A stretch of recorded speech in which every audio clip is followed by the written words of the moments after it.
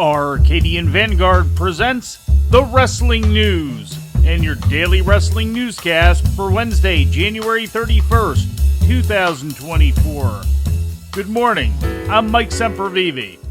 We begin today with last night's Vengeance Day Go Home episode of NXT, broadcast live on USA Network from the WWE Performance Center in Orlando, Florida.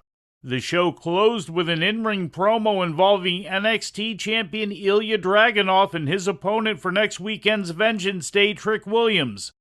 During the promo, Braun Breaker and Baron Corbin tried to attack both men, but Carmelo Hayes made the save. The opening match was a semifinals bout in the Dusty Rhodes Classic Tag Team Tournament, which saw Williams and Hayes beat Joaquin Wilde and Cruz del Toro of the LWO. Oh no, face first. Goes Hayes. Wild. Target acquired. Oh. Little springboard. Peppin is stepping and got dropped. Tag. Williams is legal. Boom. Bam. Jumping knee. The trick knee into the cover. Williams Hayes headed to the finals. After the match, Oba Femi laid out Wilde and Del Toro as well as Dragon Lee, who tried to make the save. Noam Dar retained the NXT Heritage Cup in a match against Von Wagner. Dar won the match in 2 straight falls, pinning Wagner in the second round and then again in the fourth. In other results, Ariana Grace pinned Fallon Henley, Lola Vice defeated Elektra Lopez, Roxanne Perez bested Tatum Paxley, and Lexis King pinned Ridge Holland thanks in part to interference from Gallus.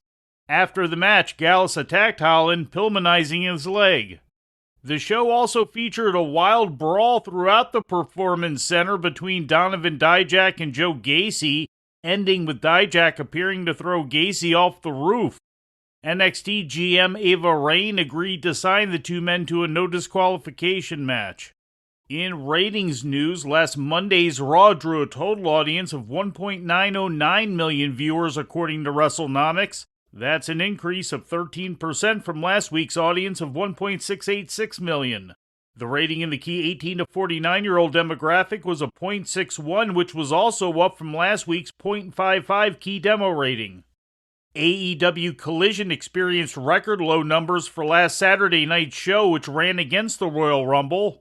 The total audience for the show was 300,000, which was a loss of almost 1/3 of the audience from the previous week's viewership of 441,000 according to WrestleNomics. That's the smallest audience for Collision in its normal time slot.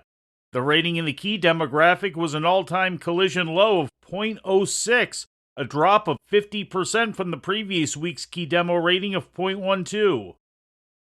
And in more WWE news, Wade Barrett is set to become the new full-time color commentator for SmackDown starting with Friday's show, according to PW Insider.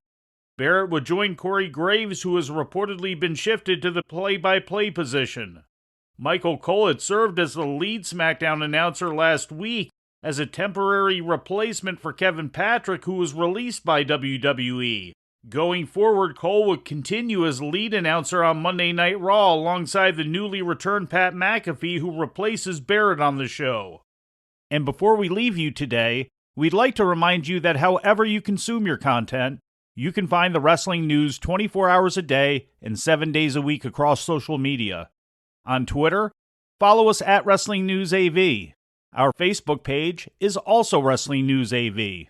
The Wrestling News can also be found on the Arcadian Vanguard YouTube page, and for those who utilize Amazon Echo devices, just tell Alexa to play the Wrestling News podcast, and remember to make sure you add podcast at the end.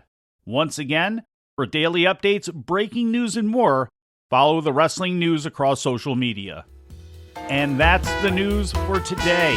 If anything happens, we will be here to tell you about it. No clickbait, no paywall, just the Wrestling News.